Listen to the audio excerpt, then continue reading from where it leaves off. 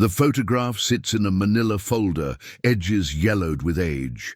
A family of three, mother, father, young boy. They're at a park, feeding pigeons. The boy is laughing. His parents look down at him with that particular softness reserved for an only child. This picture was taken on a Sunday afternoon in 1949. By 1951, both parents would be strapped into electric chairs and executed by the state. Their crime? Espionage, treason, conspiracy to deliver atomic secrets to America's greatest enemy. The evidence that sealed their fate? Words spoken by their 7-year-old son in a room full of FBI agents who promised him ice cream if he just remembered a few more details. The boy didn't understand what he was doing. He thought he was helping. Thought if he answered their questions, his parents would come home. He told them yes, his mother typed documents at the kitchen table. Yes, strangers visited late at night. Yes, his father had meetings in the park. Every word he spoke was true. Every word was also a nail in their coffins. By the time he realized what his testimony had done, the appeals were exhausted. The governor had refused clemency. The chairs were warmed up and waiting. This isn't a story about guilt or innocence in the traditional sense. Documents declassified 50 years later would reveal a truth so much more complicated than anyone imagined. This is about how a child's love for his parents became the weapon that killed them. How the machinery of justice, when corrupted by fear and politics, can transform the innocent into executioners. How one mistake, made in a moment of confusion and terror, can echo through generations. The state killed them on a Friday evening. The boy watched from a relative's apartment as protesters gathered outside the prison. Some held signs demanding mercy. Others cheered for blood. He didn't know yet that his words had helped put them there. New York City, 1943. The Lower East Side smelled like coal smoke and boiled cabbage. In a cramped apartment on Avenue D, David Klein celebrated his 4th birthday with a cake his mother had made from rationed sugar and black market butter. His father worked as an electrical engineer for a defense contractor. His mother had been a secretary before David was born. They weren't wealthy, but they were comfortable enough. More importantly, they were safe. While boys died on European beaches and Pacific islands, the Klein family lived their small, ordinary life in Manhattan. David's father, Samuel, had emigrated from Poland in 1920. He'd arrived with nothing, worked factory jobs, put himself through City College at night. By 1940, he had a degree, a career, a wife, a son. The American dream, people called it.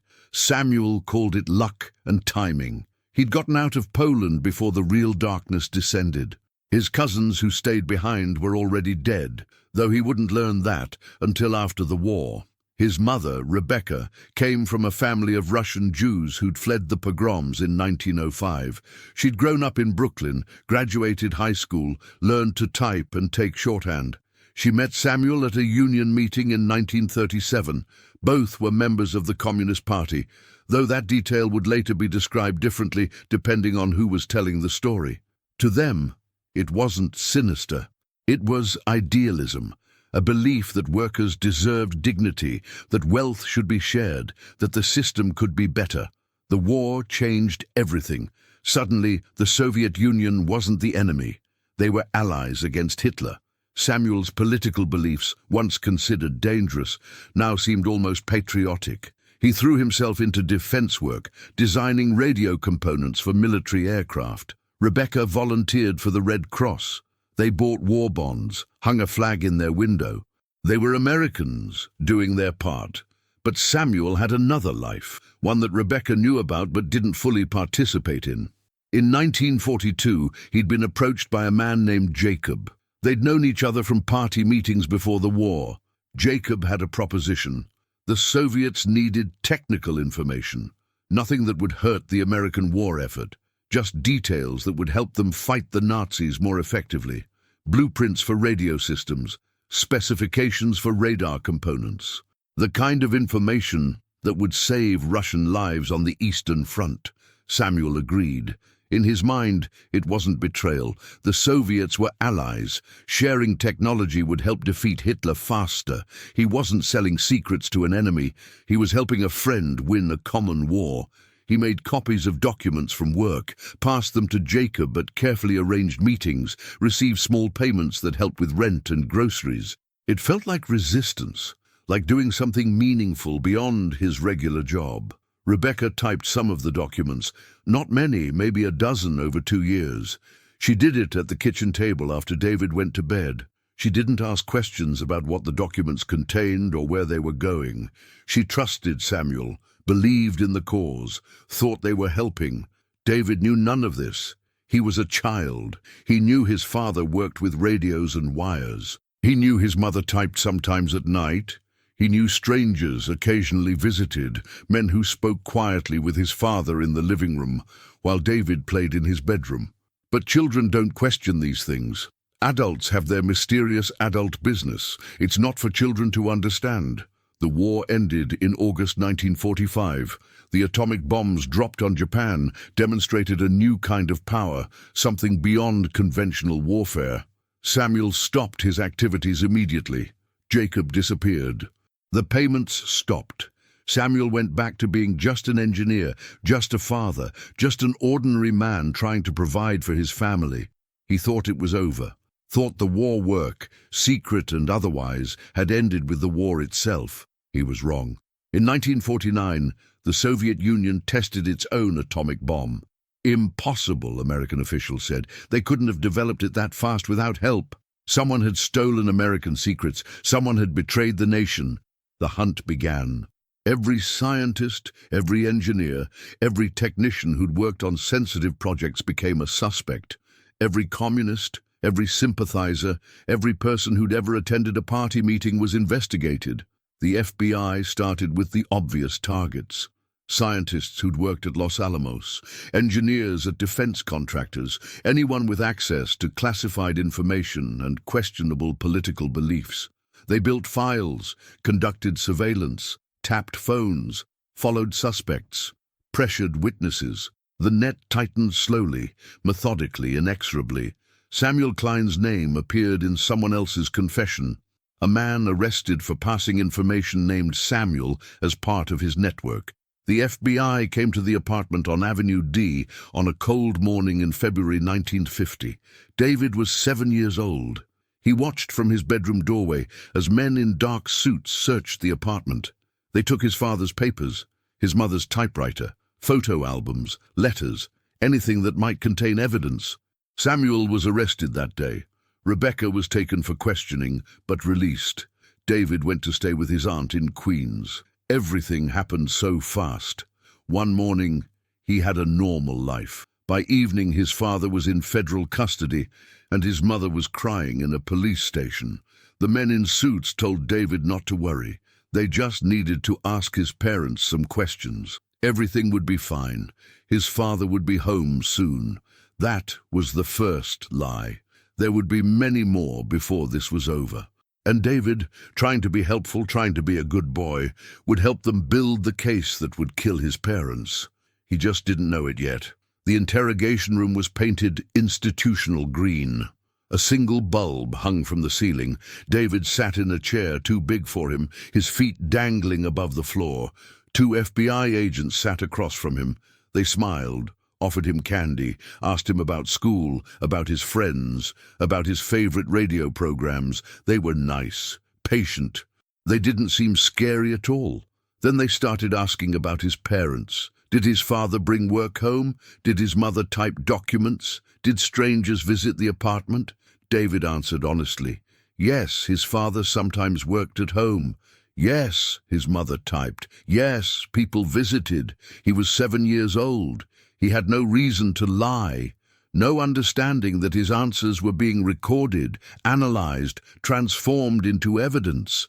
They asked him to describe the visitors. David tried.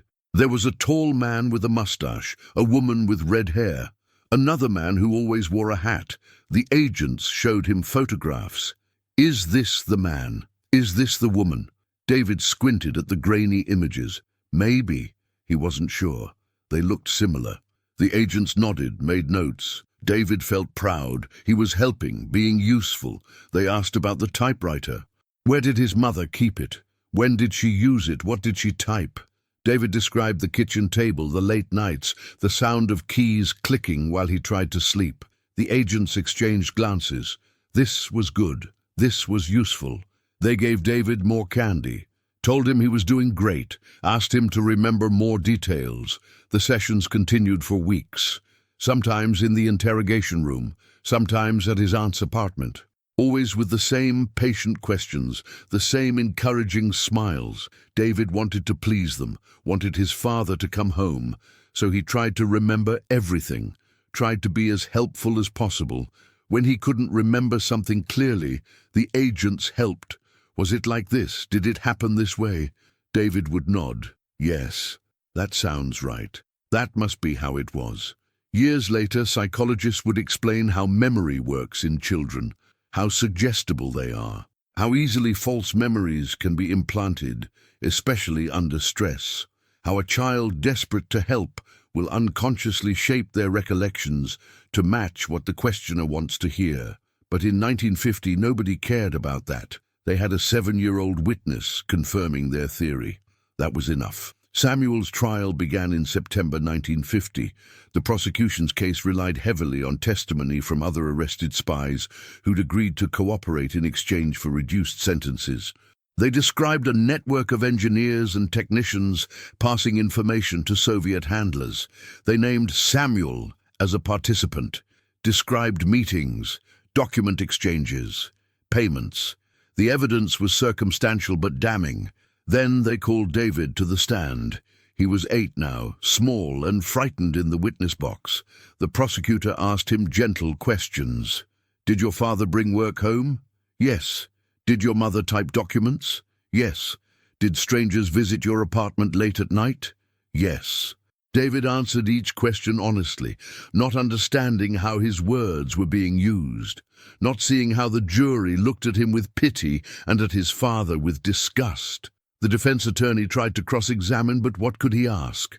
The boy was telling the truth as he remembered it. The fact that his memory had been shaped, his testimony coached, his recollections molded to fit the prosecution's narrative, none of that was obvious. He was just a child answering questions about his parents. Rebecca wasn't charged initially. The FBI wanted to use her as leverage. If Samuel confessed, named other members of his network, Rebecca would be left alone. She could raise their son. The family could survive even if Samuel went to prison. But Samuel refused. He wouldn't name names, wouldn't betray the others, wouldn't admit to crimes he believed weren't crimes at all. So they arrested Rebecca too. The charge was conspiracy to commit espionage. The evidence? David's testimony about the typing, the typewriter seized from their apartment, testimony from other cooperating witnesses who claimed Rebecca had been present at meetings. It was thin. Any competent defense should have been able to create reasonable doubt. But this wasn't really about evidence. It was about sending a message. The trial became a spectacle. Newspapers covered it daily. Communists on trial for stealing atomic secrets. Never mind that Samuel had never worked on the atomic bomb. Never mind that the documents he'd passed were mostly conventional military technology. Never mind that the information was years old by the time of the trial. The narrative was set. These were traitors who'd given America's greatest enemy the power to destroy us. David watched from the gallery sometimes when his aunt brought him to court. He saw his parents in prison clothes, saw them looking at him with expressions he couldn't read. Love, certainly, but also something else. Sadness, regret. He didn't understand. He'd told the truth. He'd been helpful. Why did his parents look at him like that? The jury deliberated for 8 hours. Guilty on all counts. Both of them. Samuel for espionage. Rebecca for conspiracy. The courtroom erupted. Reporters rushed for phones. Protesters outside cheered or wept, depending on which side they were on. David's aunt held him tight, whispered that everything would be okay, but her voice shook. She was lying. Nothing was going to be okay. Sentencing came 2 weeks later. The judge gave a speech about the sanctity of American security.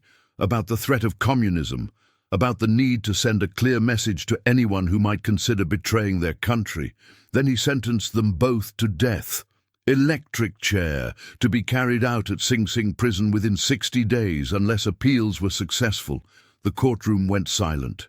Even the prosecutors looked shocked. Death for espionage. In peacetime, other convicted spies had received prison sentences. Klaus Fuchs, who'd actually worked on the atomic bomb and passed real secrets, got 14 years in Britain. Why were the Kleins being executed? The answer was politics, fear, the need for scapegoats. America was terrified of the Soviet Union, of communism, of the atomic bomb. That fear needed an outlet, needed villains, needed someone to punish. Samuel and Rebecca Klein, with their communist past and their working-class background and their lack of powerful friends, were perfect targets. David didn't understand any of this. He understood that his parents were going to die, that he would never see them again, that somehow, in ways he couldn't articulate, this was connected to the questions he'd answered. The candy the agents had given him, the photographs he'd identified, the testimony he'd provided.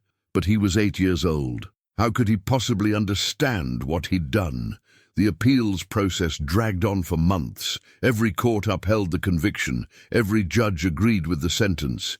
The defense argued it was disproportionate, that the evidence was circumstantial, that David's testimony had been improperly obtained. Nothing worked. The machinery of justice, once set in motion, couldn't be stopped.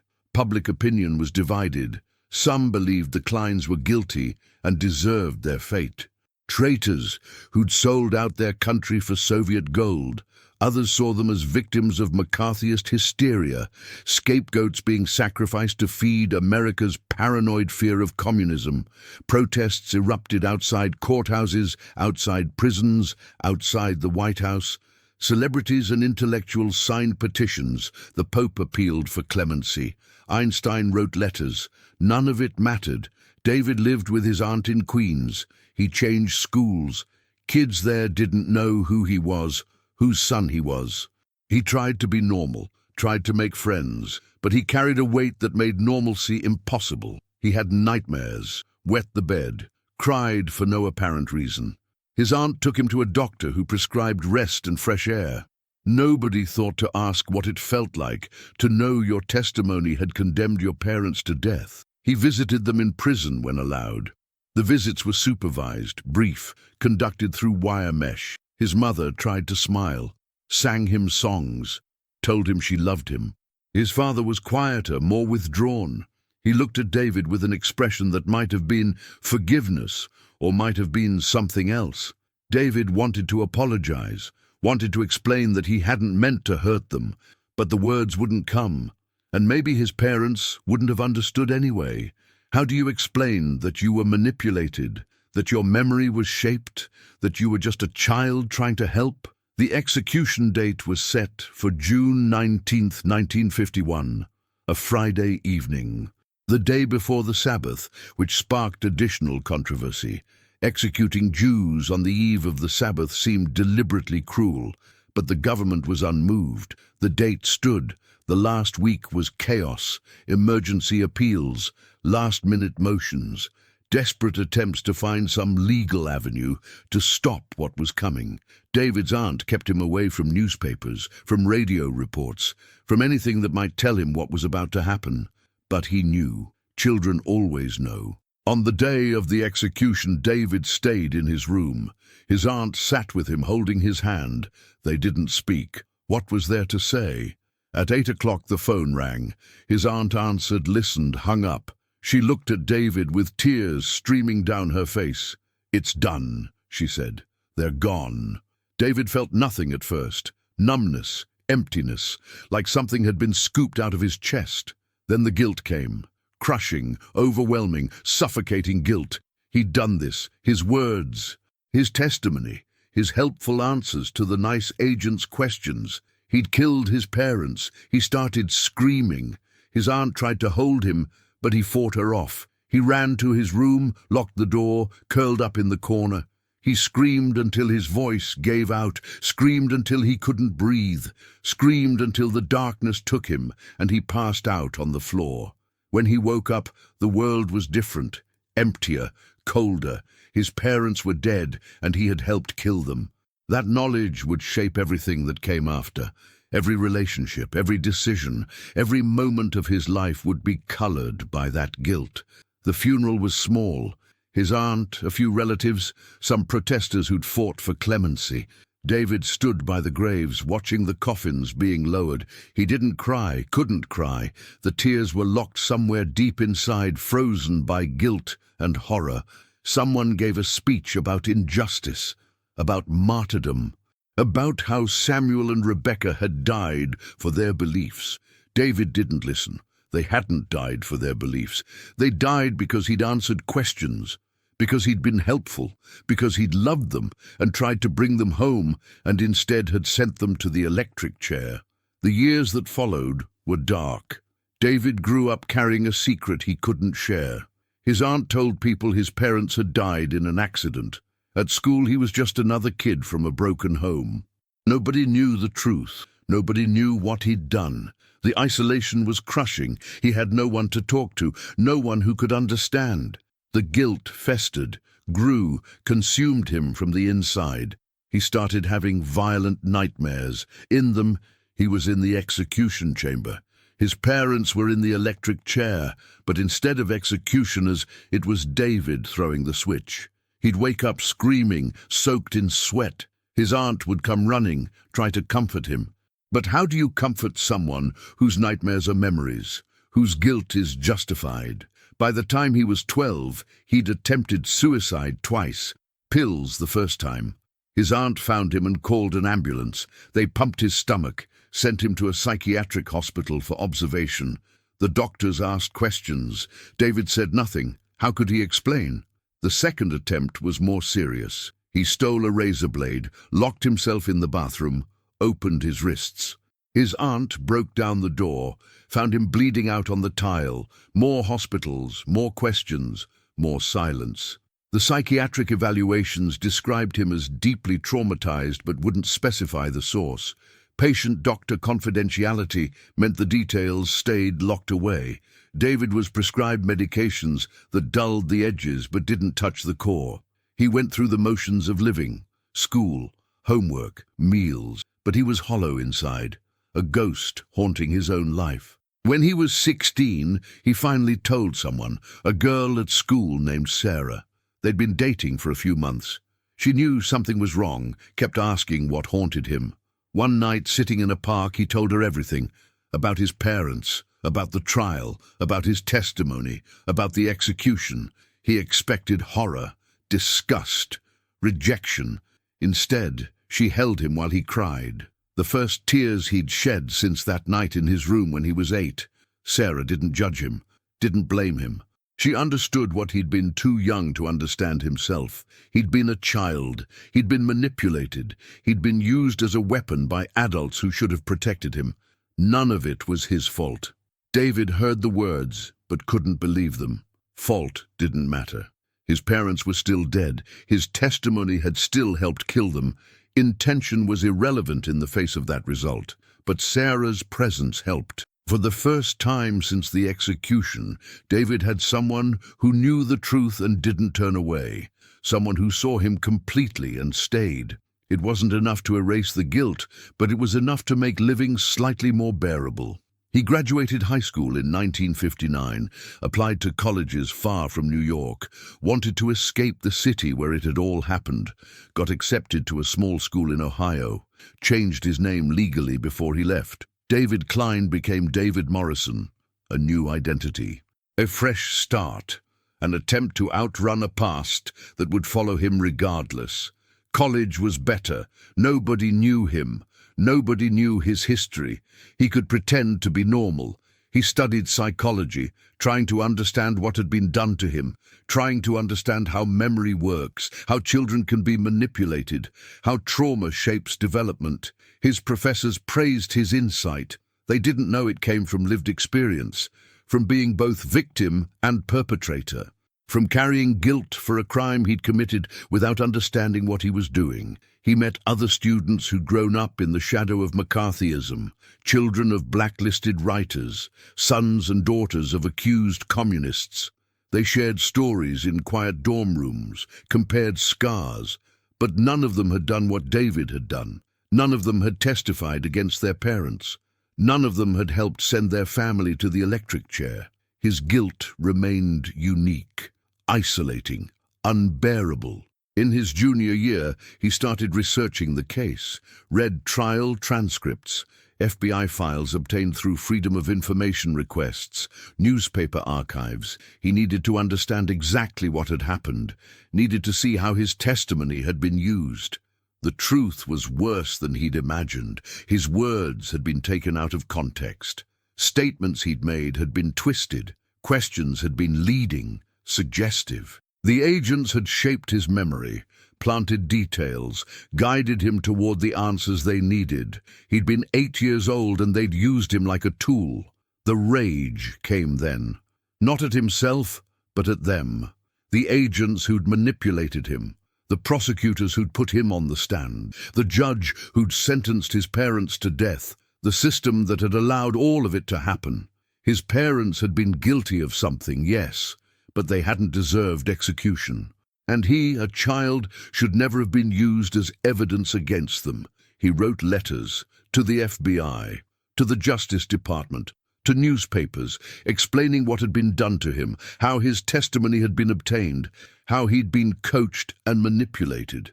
Most letters went unanswered. A few newspapers published his story. There was brief outrage, then nothing. The case was old news. The Cold War was still raging. Nobody wanted to re-examine past injustices when new threats loomed. David graduated in 1963, got a job as a social worker, dedicated his life to helping children in the system, kids who'd been failed by adults, kids who'd been used and discarded. He saw himself in every frightened face, every child who'd been forced to testify against parents, every victim of a system that prioritized convictions over truth. He couldn't save himself, but maybe he could save them. The guilt never left. It evolved, changed shape, but remained constant. David married Sarah in 1965. They had 2 children. He tried to be a good father, tried to give his kids the childhood he'd lost, but the past was always there, in nightmares, in moments of silence, in the way he flinched whenever someone asked about his parents. He told his children the truth when they were old enough, sat them down and explained everything, who their grandparents had been, what had happened, what he'd done. His daughter cried. His son looked at him with something like horror. But they didn't reject him. They tried to understand, tried to see him as a victim rather than a perpetrator. David appreciated the effort, but knew the truth was more complicated. He was both, victim and perpetrator, innocent and guilty. That paradox defined his entire life. In 1975, documents began to be declassified. FBI files from the early 50s, details about surveillance programs, interrogation techniques, the truth about cases like his parents. David obtained everything he could, read through thousands of pages. What he found confirmed his worst fears. His parents had been guilty of passing information, but the information was minor, technical details about conventional weapons. Nothing that significantly helped the Soviet atomic program. They'd been executed not for what they'd done, but as examples, warnings to anyone else who might consider betraying America. And his testimony, the files showed how carefully it had been orchestrated. The agents had known exactly what they were doing. They'd shaped his memory deliberately, fed him details, guided his recollections, used his love for his parents as leverage. When he couldn't remember something, they'd helped him remember. When his answers didn't fit their narrative, they'd rephrase the questions until they did. He'd been 8 years old, and they'd turned him into a weapon. The rage returned, stronger this time. He wanted justice, wanted someone held accountable. But who?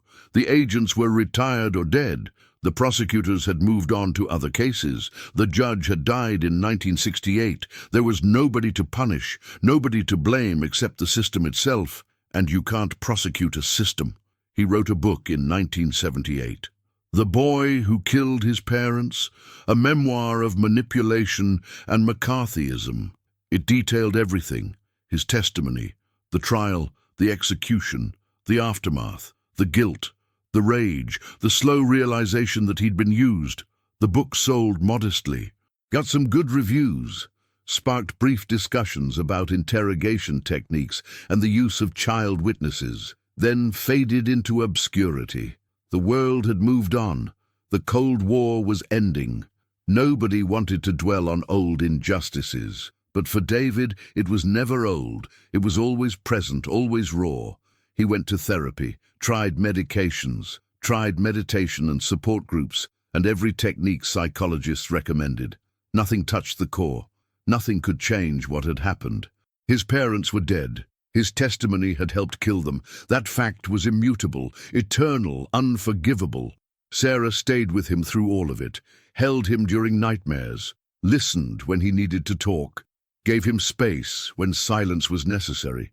Their marriage survived, though it bore scars. How could it not? Living with someone carrying that much guilt meant carrying some of it yourself. Sarah never complained, never suggested he should just get over it. She understood that some wounds never heal. You just learn to live with the pain. His children grew up, had families of their own. David became a grandfather, held his grandchildren, and felt something close to peace. These kids would never know the darkness he'd lived through, would never carry the burden he carried. That was something, not redemption exactly, but a kind of victory. The trauma would end with him. He'd made sure of that. In 1995, more documents were declassified. Soviet archives opened after the fall of the USSR. Historians gained access to KGB files. What they found was illuminating. Yes, David's father had been a spy, but his activities had been minor. The information he'd passed was largely useless. Soviet scientists had developed their atomic bomb independently. Nothing Samuel Klein provided had significantly helped. He'd been a small player in a large game, certainly not worth executing. And Rebecca? The Soviet files barely mentioned her. She'd known about Samuel's activities, but hadn't participated. She'd typed a few documents, that was all. She'd been arrested to pressure Samuel into confessing, executed to send a message. She died for nothing, for politics, for fear, for the need to have villains in a frightening time. David read these revelations with bitter satisfaction. He'd been right. His parents hadn't deserved to die. The execution had been excessive, unjust, politically motivated. But being right didn't help, didn't ease the guilt, didn't bring them back. They were still dead. He'd still helped kill them. Vindication changed nothing. David Morrison died in 2018 at the age of 75. Heart attack, quick and relatively painless. His family gathered for the funeral.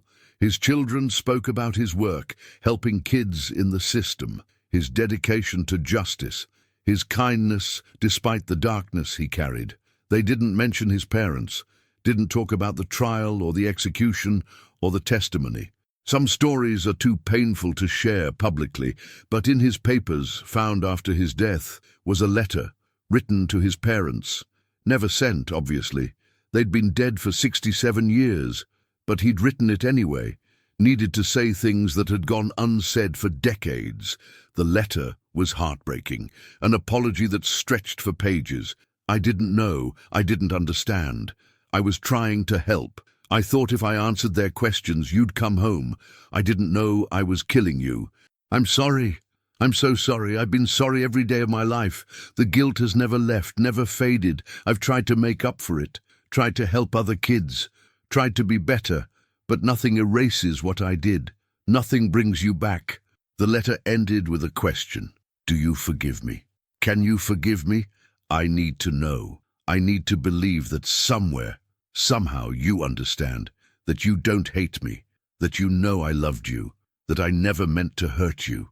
Please, I need to know. There was no answer, of course. The dead don't respond. But maybe the act of writing it brought some peace. Maybe putting the words on paper released something he'd carried for 7 decades. Or maybe it changed nothing.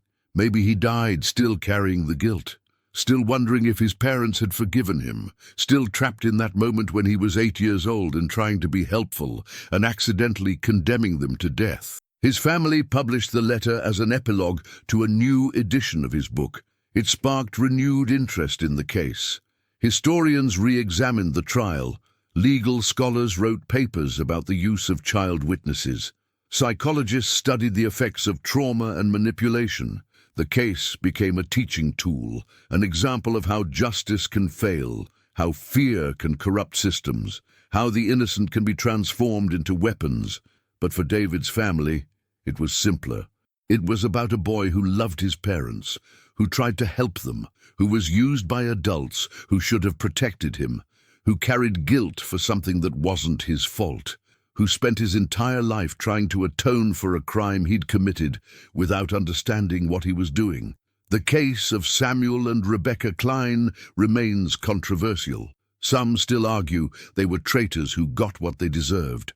Others see them as victims of McCarthyist hysteria. The truth, as always, is complicated. They were guilty of something, but they didn't deserve execution. The sentence was excessive, politically motivated, designed to send a message rather than serve justice. And David, he was the most innocent and most guilty person in the entire story. Innocent because he was a child who'd been manipulated. Guilty because his testimony had helped kill his parents. Both things were true.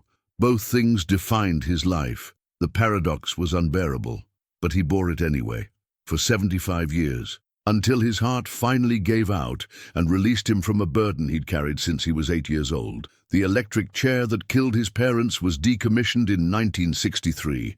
Sing Sing prison no longer executes people. The Cold War ended. McCarthyism faded into history, but the lessons remain, about how fear corrupts justice, about how children can be weaponized, about how the innocent can be forced to become executioners, about how some mistakes, no matter how innocent, can never be undone, about how guilt can last a lifetime, about how love, twisted by circumstance and manipulation, can become the thing that destroys what it most wants to protect. David Morrison's gravestone is simple, just his name and dates. No mention of his parents, no reference to the case, just a man who lived and died. But those who knew his story understand what's really written there.